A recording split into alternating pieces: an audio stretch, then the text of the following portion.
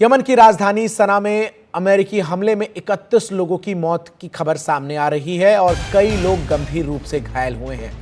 अमेरिकी राष्ट्रपति ट्रंप ने कल कहा था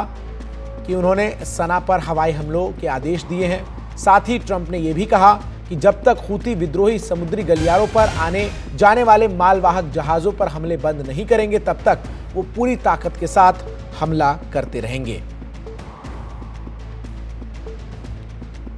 उमाशंकर हमारे सहयोगी अधिक अपडेट्स के साथ इस खबर पर हमारे साथ जुड़ गए हैं। उमाशंकर, निश्चित तौर पर जिस तरीके से ये हमले किए गए हैं, अमेरिका ने बाकायदा चेतावनी देकर ये हमला किया है और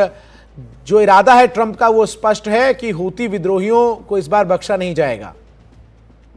जी बिल्कुल, और इस बात का उन्होंने खुले तौर पर ऐलान किया है और साथ में ये भी कहा है कि जिस तरीके से अंतर्राष्ट्रीय व्यापार जो है वो बाधित हुआ है हूती के हमलों की वजह से, रेड सी में सुएज कैनाल होकर जो जहाज आता है उसकी आवाजाही पर बाधा पड़ी है। और खासतौर पे उन्होंने ये भी कहा है कि पिछले 1 साल हो गए जब कोई भी जो अमेरिकी फ्लैग जहाज जो है इस इलाके से सुरक्षित गुजरा हो। यहाँ तक कि उन्होंने इस बात का भी जिक्र किया है कि 4 महीने पहले जो अमेरिकी युद्धपोत रेड सी के इलाके में था उस पर 1 दर्जन से अधिक बार हमले किए गए। तो जो व्यापारिक हितों को नुकसान पहुंच रहा है न सिर्फ अमेरिका बल्कि पूरी दुनिया को, क्योंकि अगर रेड सी होकर जहाज नहीं आता है तो उसको एक लंबा रास्ता लेना होता है, 15 दिन ज्यादा लंबा है और उसमें जो खर्चा है वो बहुत गुना बढ़ जाता है ऊपर, तो इससे महंगाई जो है वो बढ़ती है। तो इन सब बातों के मद्देनजर अमेरिकी राष्ट्रपति ट्रंप ने साफ तौर पे ये कहा है कि अमेरिकी हितों पर जिस तरह से नुकसान पहुंच रहा है, ऐसे में हूती के खिलाफ हमले बेहद जरूरी हैं। और इसलिए हमने देखा कि चाहे वो होदैदा हो जो कि तटीय इलाका है यमन का, इसके अलावा साना जो कि राजधानी है,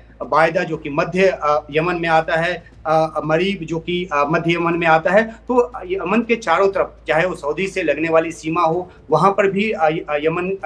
यमन में हूतियों के ठिकाने पर अमेरिका ने बमबारी की है, हवाई जहाजों का इस्तेमाल हुआ है, मिसाइल्स का इस्तेमाल हुआ है। तो एक तरह से हूती की जो कमर तोड़ने की कोशिश जो है वो हुई है। इस बीच जानकारी ये भी आ रही है कि जो रूसी विदेश मंत्री हैं उन्होंने अमेरिकी विदेश मंत्री से इस बात की गुजारिश की है कि हूती पर हमले जो है वो रोका जाए, क्योंकि यमन में जो हूती हैं और जो रूस है उसके बीच आपस में एक सहयोग का आलम रहा है। और ऐसे में जिस तरीके के बड़े हमले अमेरिका कर रहा है वो रूस को नागवार गुजर रहा है, लेकिन अमेरिका ने अपनी तरफ से साफ कर दिया है कि जब तक हूती जो है वो हमले नहीं रोकेगा, आर्थिक हितों को नुकसान नहीं पहुंचाना नहीं छोड़ेगा, ये हमले जारी रहेंगे। और इसीलिए ये आशंका है कि भी और भी हमले अमेरिका की तरफ से किए जाएंगे। बहुत बहुत शुक्रिया उमाशंकर आपका हमारे साथ जुड़ने के लिए और तमाम जानकारी दर्शकों तक साझा करने के लिए।